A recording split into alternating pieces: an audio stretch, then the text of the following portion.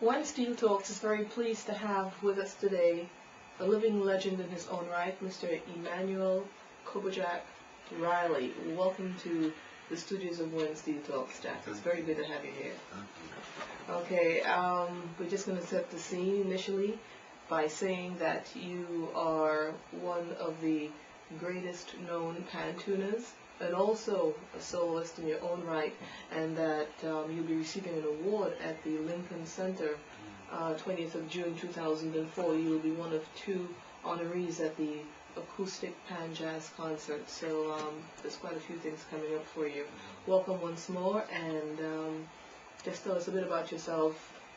You know, start from the very beginning, you know, your history in pan, how you got started. Well, in pan, that was, let me see, there were a lot of different things that happened. I was a kid, I was about 3 years old. I went into a store in Trinidad. It was Marine Square at the time, and there was something like a tape playing. It was classical music, like short waltz, things like that. And that after that, everything music. That was the first encounter with music. And anything in the line of music, I would go crazy behind it. Like then the pan now, that was more rhythm than anything else. But I used to get licks for that because I used to run away to go to hear these bands. At that time, there were the 55-gallon drums. At that time, there were some small, some miniature pans. They used to hold it up with one hand and play with one stick. They probably had 3 or 4 notes. 4-note pan, right? You know. Then as the bass, they would use a biscuit drum, a biscuit container as the bass that they called bump, you know. And they didn't have no like chords and everything like that. They didn't reach to that yet. About what year was this? That was somewhere in the 40s. It have to be somewhere in the 40s. And how old were you around that time? Well, I was about 8, 9 years old. At least when I started to play, in the first band I played, I was about 8 years old. That was a band they called Hells Poppin'. Hells Poppin' Steel Port Band? Royal. That was the name of the band. Hells Poppin' Port Royal? Yeah. They already had the big band, the 55-gallon drums. They had about 5 notes in it. And I used to play and show the older guys how to play and everything. And that was like that. Actually, I was living in Woodbrook. So this band was right a block away from where I live. Gallus Street? Not Gallus Street, McDonald Street. I used to live a block away from the band. So when I'm living in Simonson Street, sometimes they shift. They shift me from here to there because they find that I'm running away too much to go by the steel band. So they say, well, we go and live in Woodbrook. There's a band right there. They say, well, you gotta go St. James, Bourne Road. There's a band right there too. Sun Valley. That was before North Stars. That was before Pan and North Stars. That was the band that before North Stars there was Sun Valley. Sun Valley was always there, but North Star came from Sun Valley. And I used to run away to hear them play the instruments too. But you see, I don't have time to date. I mix up everything. Everything happens so fast, it's mixed. Everything mixed up. I have these small pans with the big pans and everything. So I really, what I can say is, I started off with this as a popping band, and I like to play with this band until one year, I think it was Discovery in Trinidad. The steel bands were not allowed to play no calypso on the street. They play, but they have to play something like a march, and they have to have a wreath in front of the band, and when they reach the Victoria Square, then they're allowed to play any calypso, and that's when I heard Invaders. That's the first time I heard Invaders. I find this band was sounding so different, you know, the instruments was different and everything. So that caught me. So about that time now, a little after that, I became a teenager, and I decided to open a band. Myself and some guys, Forsyth, and some other guys. Forsyth is in London right now. And Schneider? And Snyder, Mikey. So what was the name of the band Green that you Eyes. guys... Green Eyes. Green Eyes? Yeah, that was in Gala Street. Okay. We got that name. There was a club a couple of blocks away from the Panyard, and the name of the club was Green Eyes. So the guy asked us to play a couple of hours for him, and we decided to name the band Green Eyes. So when you were in Invaders, you were influenced by what you heard. Did you play with them? I couldn't get in. They wouldn't let you in the yard. Invaders guys they wouldn't let you come in the yard. They wouldn't let you. They won't no little boys around. How old were you at that time then? So you was a teenager, right? Not yet. Not yet? Oh, okay. So how old were you when you founded the band Green Eyes? I'm just trying to get... That was about 15, 16, something around there. That's when it was like, we feel that we was old enough to be in Invaders, but we couldn't get in Invaders, so we opened this band. And then we opened another band, we call it Sombreros. Rolf Henry was the captain, and after that, somehow Invaders was falling. It was going down, and we happened to get the admittance in the band, but me, I was good. I was good in the instruments.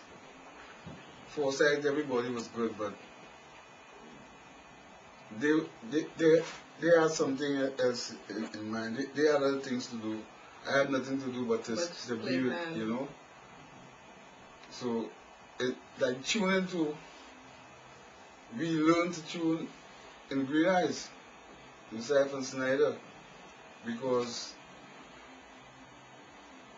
we would get make-arounds in Woodbrook. They had this track, sewage track we call it, and the police officers would come and with pieces of iron and punch holes in the drums, and we try to tune them back. That's how we really learned to tune.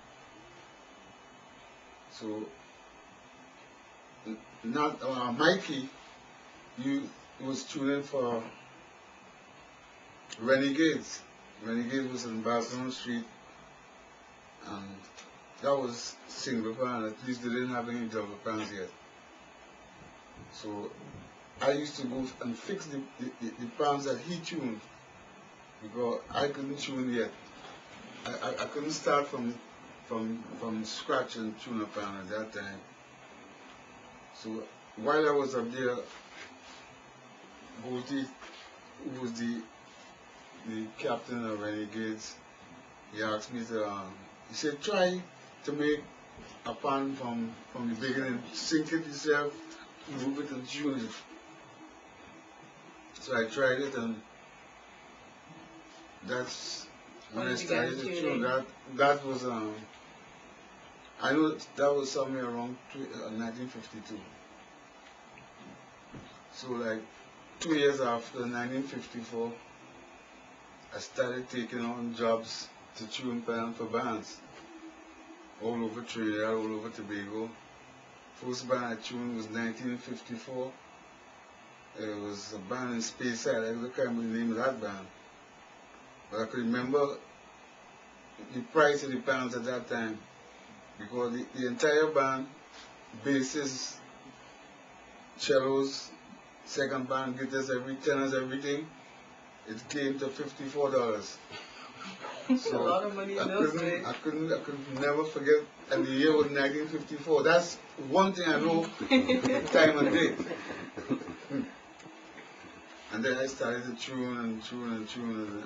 And you tuned for Invaders, you tuned for the other bands as well? But after some barrels, and I managed to get in Invaders, I got a little help from Eddie Manet, and I learned more about the tuning. I used to tune most of the background, the basses and everything for Invaders. Then I went I tuned for Despas. I tuned for Despas after Invaders, but that was late. That was right just before I leave Trinidad. What kind of music did you listen to as you were growing up, and how did that impact All kind. Okay. Anything that you preferred? Any particular person's music you like listening to?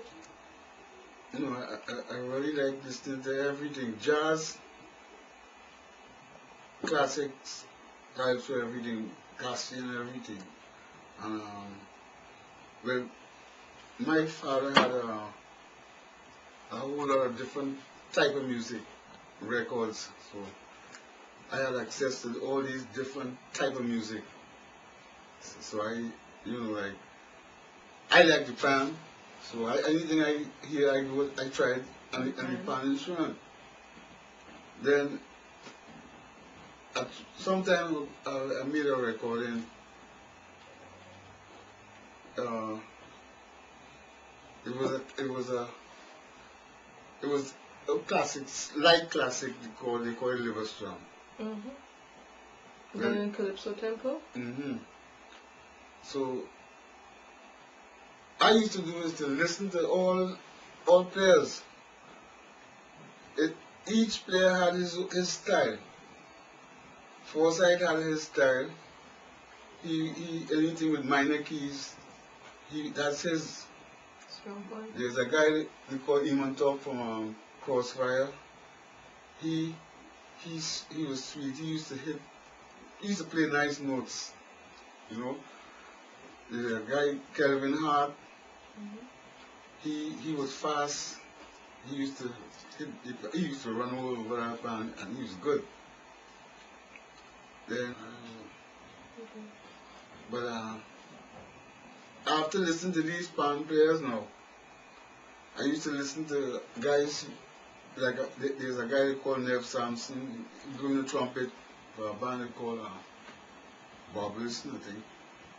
They were one of those big brass bands with saxophone, trombones, and whatnot. And Sel Duncan was a smaller side. He had a saxophone, and he was sweet on that sax.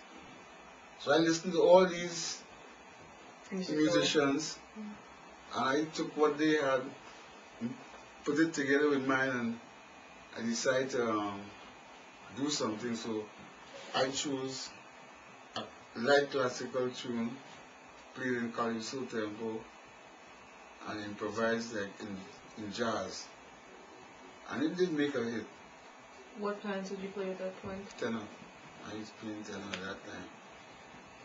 And well, the double second, Invaders didn't have double second at that time.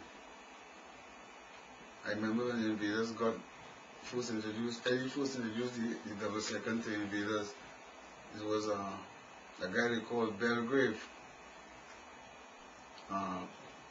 from Southern Symphony Library, and he used to play double seconds, but they used to be on a platform. He didn't have a stand.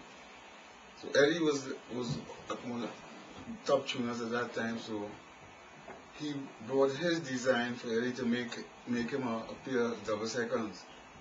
And Eddie made him, and then he decided to design double seconds for Invaders. So the first carnival we came with it, there was four pairs with myself, Zephyrin, a guy they called Sidney Joseph, and Clayton Green. They was individual stands. Each second band had their own stand, so you could go where you want to go, and you could go back and let the other guy go in front, so you wouldn't hear him. And then I started really solo on the double second instead. It was better than the tenors. So you prefer the double second Yeah. as a pen? Yeah. So you're considered, one of the greatest people in terms of soloing and improvising as you play. What made you decide to branch out into that direction rather than just being one of the band members, considering not many people dared venture out as soloists at that point? Well, that is something that I have questioned, because it's what you feel, what you hear, and you feel. That's how I felt. I feel that while you play that tune, I should be doing something to accompany the tune, but not playing the same melody. Use the same chords, yes, but mix it up so it would sound. And that I got that by listening to all these different artists too, the jazz musicians. Who do you listen to now in terms of pan players, if any? Bugsy Robert.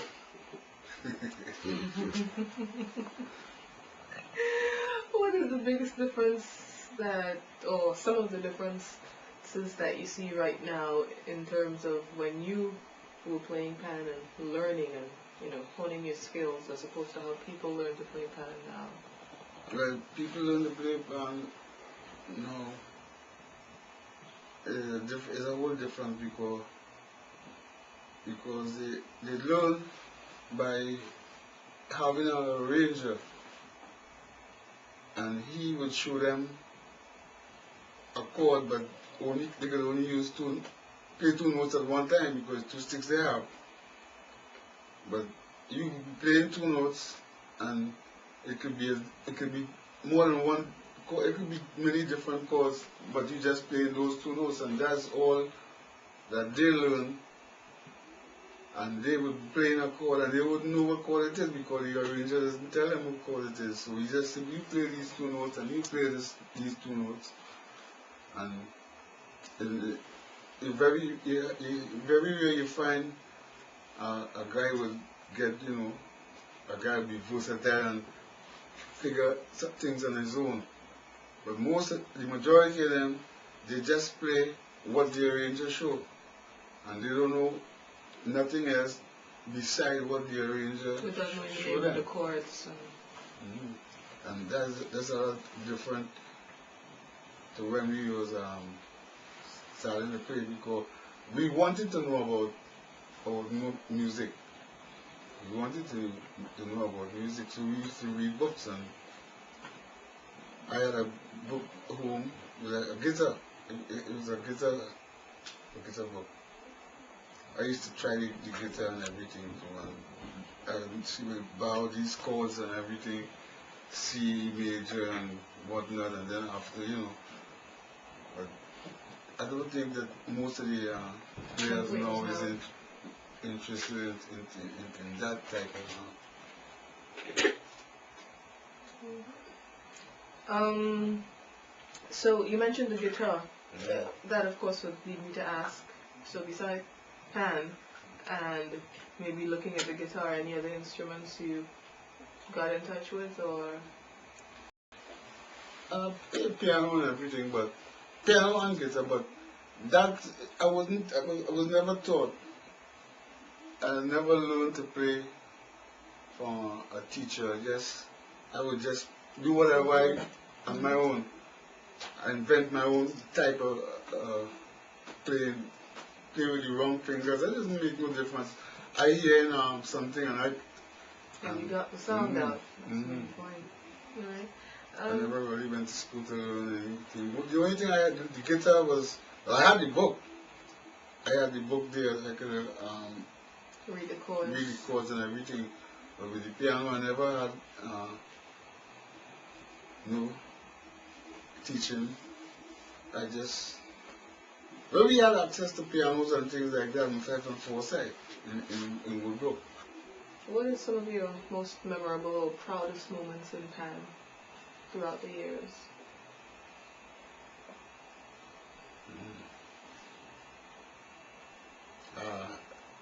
I can't really say. They all was, Good stuff. yeah, all was nice. I would enjoy all. But like the first time I really solo for Invaders, there was a competition and I was the soloist. That time, that was the old Invaders with all the older guys who was right at the top. And as I got in there, I was a little young, very much younger, and I was 7 years younger than the whole bunch of them, you know. And I had the solo. But those days it wasn't like you stand and you have an instrument on a stand and play. You got to sit down like that, and you have the Straps around and your knees. on your knee. And when time to solo, I had a stand, and that was different. I enjoyed that. It was hard. It was really hard because I am very shy. I don't know how I managed to do that, but I always remember it. Do you miss playing now as much as you did back then? Because, you know, your time is more spent in tuning these days. I gave up playing for tuning some years ago. I think it's around 1964. Why did you make that decision? I like the tuning.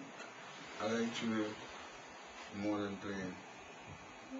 I don't know why, but you know, sometimes you reach your peak and you see when it's not nice to do.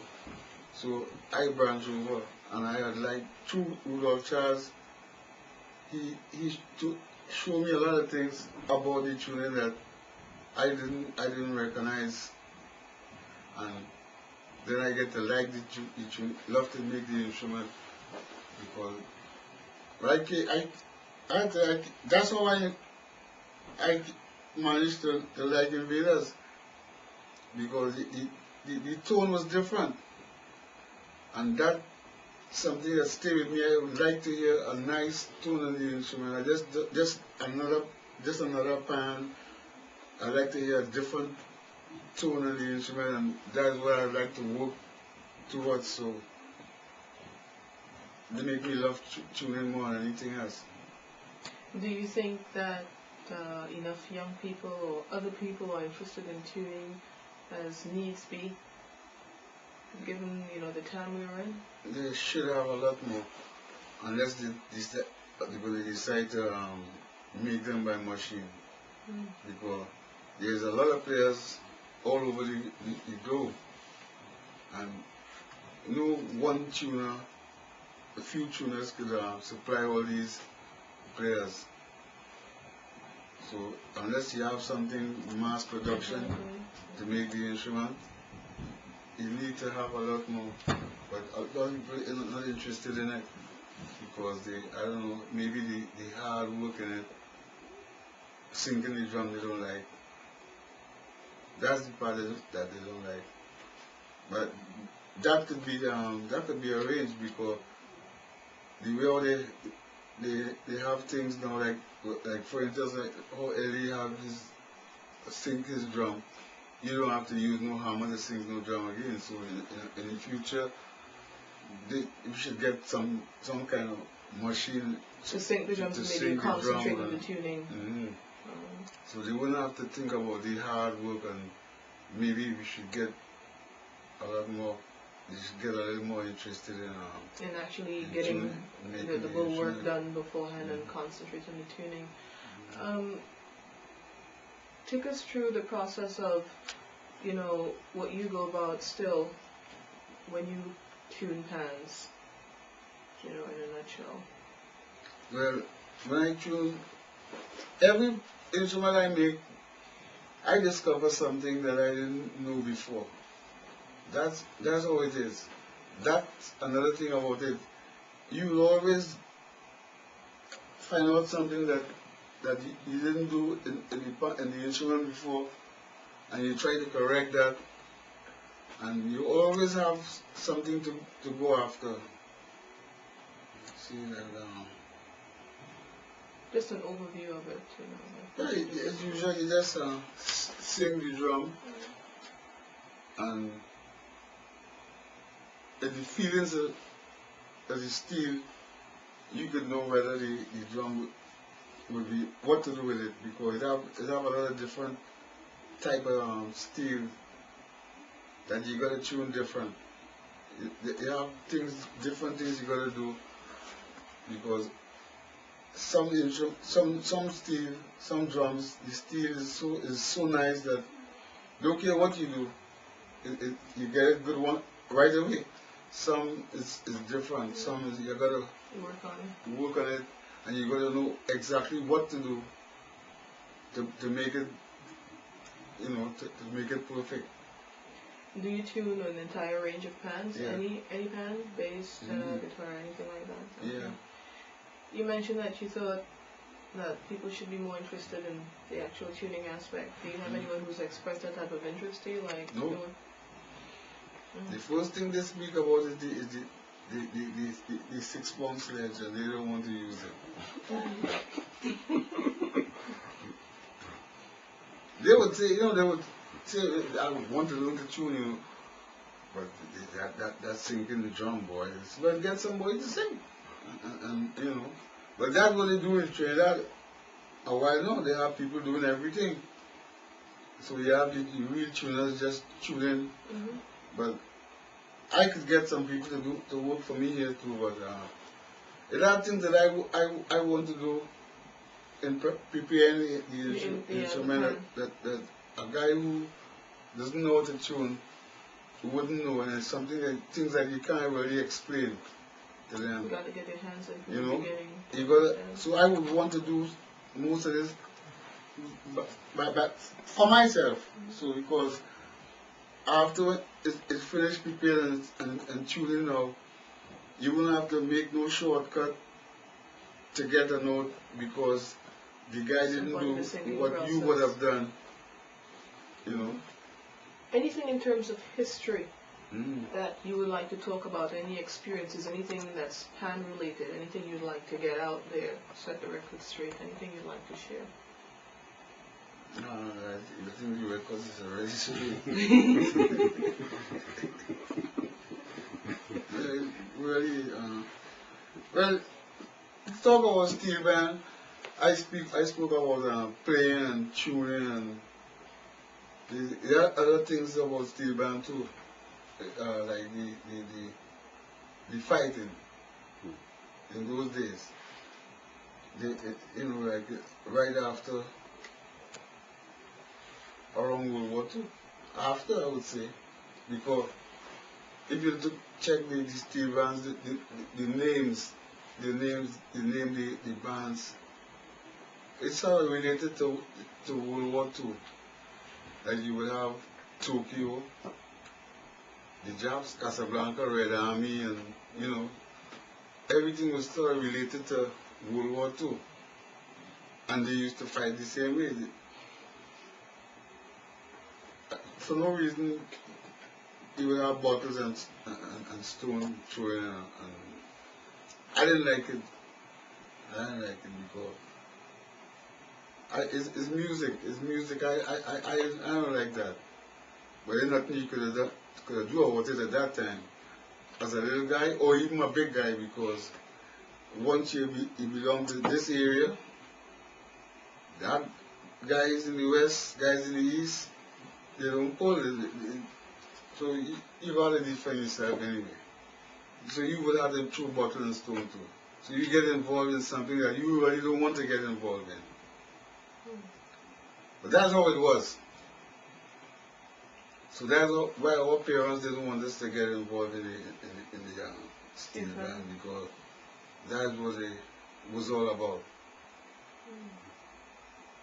That was what the guys. See, I think that it was founded by guys who used to hang out by the corner and throw dice and play cards and things. I think it was founded by them. So from the beginning, they was always involved. For everybody called bar Johns and everything. So every band would have a whole lot of guys. There's the bar John. And another thing in Trinidad is aliases. They always give somebody an alias. And once you get an alias and you belong to the steel band, you are bar John. You know, you used to get blamed for that. What was it like in terms of having to always be on the lookout for the law? Because as you said, they used to punch holes in the instruments and whatnot. We used to come on the street without permission. You know, we in this yard and playing. So there's this place they call Slipway, called Invaders Bay. So we would go down there. There was the American land, and after they left, the land was just open and they had this sea right there and everything. So we used to go out and play, and when we finished playing, we would come up the street playing, because at that time you pan around your neck and everything, and you enjoy that, you know. And then the police band, they just swing the gun and you gotta run and leave the drums. Talk about playing and on the road. I mean, Pan has really come a long way from some years ago, and not so many years ago at that.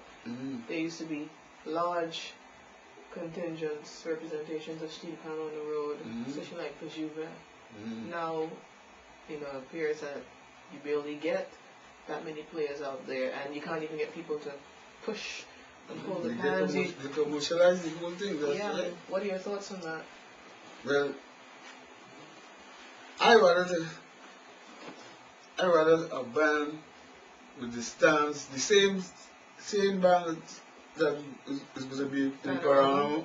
I would like to see the same size band on the road, but that is kind of hard to do, because you see, in the early days, all steel band, the whole group, it was living in one area. Everybody was friends, they grew up together and everything. So that's their band. Now it's different. You have players coming from all over the country, from all over the world. So you can't really get them together unless it's something with that they're going to be paid or something like that. Pushing the stands, they shouldn't be paying guys to do that. They never really did. They get something to pull everything, get a tractor trailer to pull everything. What I think they should do right now with the bands on Juve morning, if they don't want to bring back the old stand to congest the streets, they should you should amplify the bands. and it would sound good because I heard it for the first time on Eastern Parkway. A guy called Lennox. He had this band in a truck, and the band was amplified, and it sounded very good. Heavy, just like these big speakers and the DJs and everything. So they could amplify the bands. They have the type of technology now to do that. Before, they didn't have the right type of equipment. Now they have it. Because I heard it. So they should amplify them. If they want to come small, come on the truck, amplify the band. Because it can't be heard.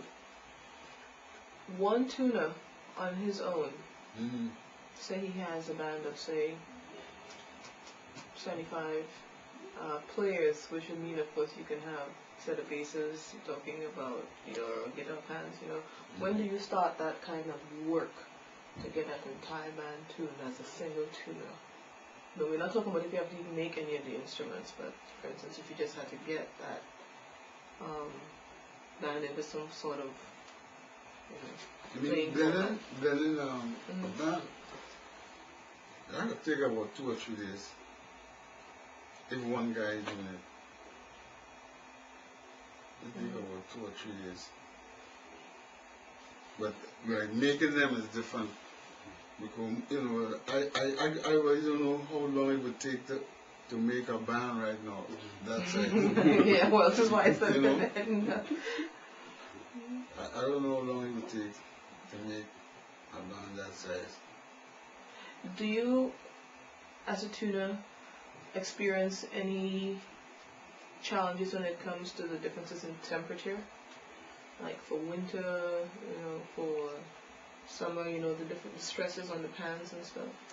Winter is it draws up the metal, and it's possible that it can interfere with the sound.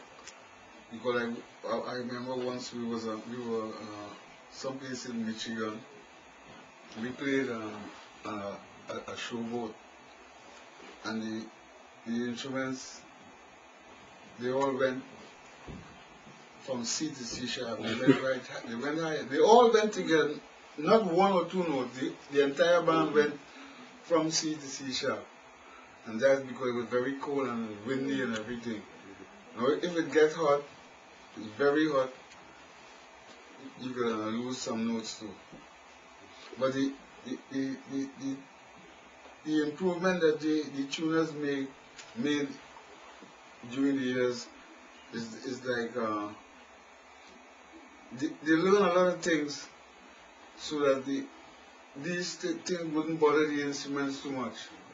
Only if it was a long time, and this time is 2 different type of you see, long time you find that the cold will bother the pan and the heat will bother the pan too.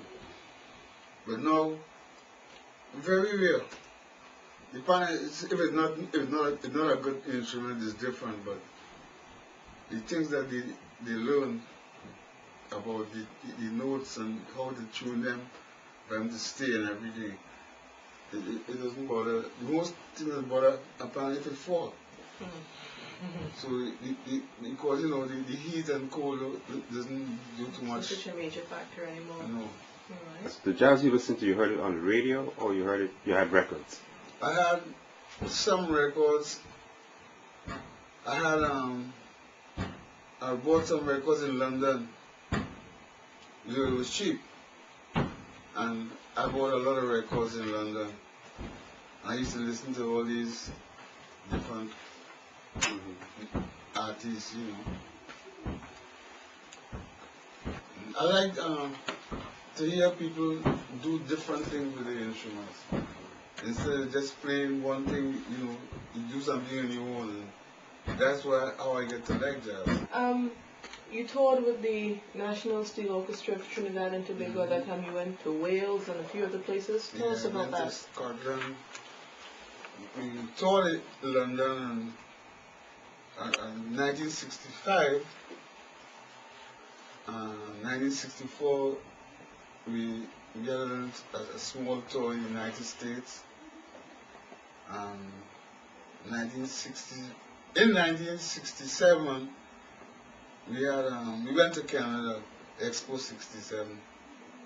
They used to have some nice time stories and things. You know, the different guys from different bands, we get to know one another.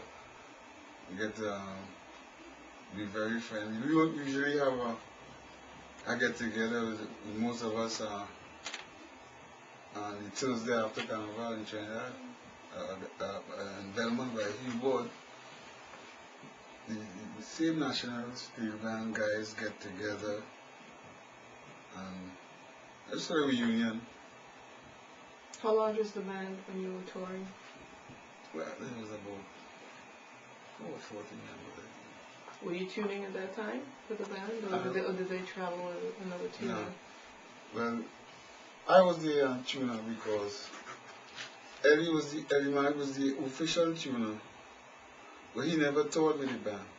So I used to tour with the band. So I was the second man. I used to take care of the instruments. What was the reception like? You know, when you went to the different places? They loved it. They loved it. They couldn't believe it.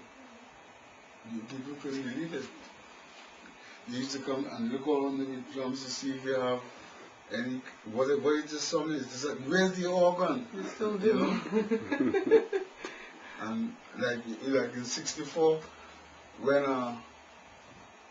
the Beatles was really in swing, we were in Michigan, a place called Mackinac Island. There were only students from different universities, and we select tunes that they would know. Like we played a Beatles tune, I Want to Hold Your Hand by the Beatles. They went crazy after that. Yeah, you know, like if we go to Kentucky, we play the Kentucky song, you know. In calypso tempo or regular? No, we used to play in the regular tempo. And you know, Oklahoma, we did that too. We played Oklahoma when we went to Oklahoma. That was something nice because it was a place they called Trinidad. It was independence. It was Trinidad independence, and we was in a place they called Trinidad that night, and we played in the street, played for the mayor next day, and up to now they have our names in the mayor office. Somebody told me that not long ago. They say we saw your name in the Oklahoma in the mayor office. They really appreciate the art. Lots of people out here appreciate this thing, and it is amazing to a lot of people because they can't believe how you can take a steel drum and make an instrument out of it. So, in the tours with the National Steel Orchestra, did you guys go anywhere else except, you know, to Europe and come to the U.S.? Any other continent, any other countries? We went to Canada. You ever been to Africa? Went to Africa, but that was Desperados. So you did. With co-Desperados. So you toured with Desperados as well. What countries did you go? Dhaka. What year was that? About 1966. How was it? It was nice. It was nice. It was really nice. It was nice to be able to go to Africa anyway. You know. Oh, man. When Steel Talks has been very, very pleased to have you in our studios, Jack. It is a real honor to be able to sit and chat with you and, you know, hear about your life experiences, you know, as a pan player and a tuner, the things that impacted on you.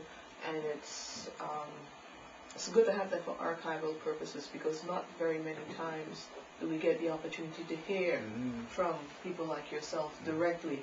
We can only read about it, but to have you sit and tell us, you know, in your own words, it's been really good. So on behalf of the global pan community, thank you for sharing with us when Steel Talks. It's been very pleased to have you. Appreciate being here with you. I wanted to be here too. I love to share what I know that you wouldn't read in a book. Nasty. There's a lot more, but I just can't remember everything. Well, we would like to have you back again as soon as you can remember Yeah.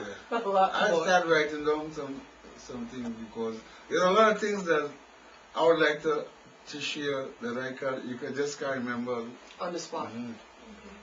Thank you very much. Emmanuel Jack Riley. You're welcome.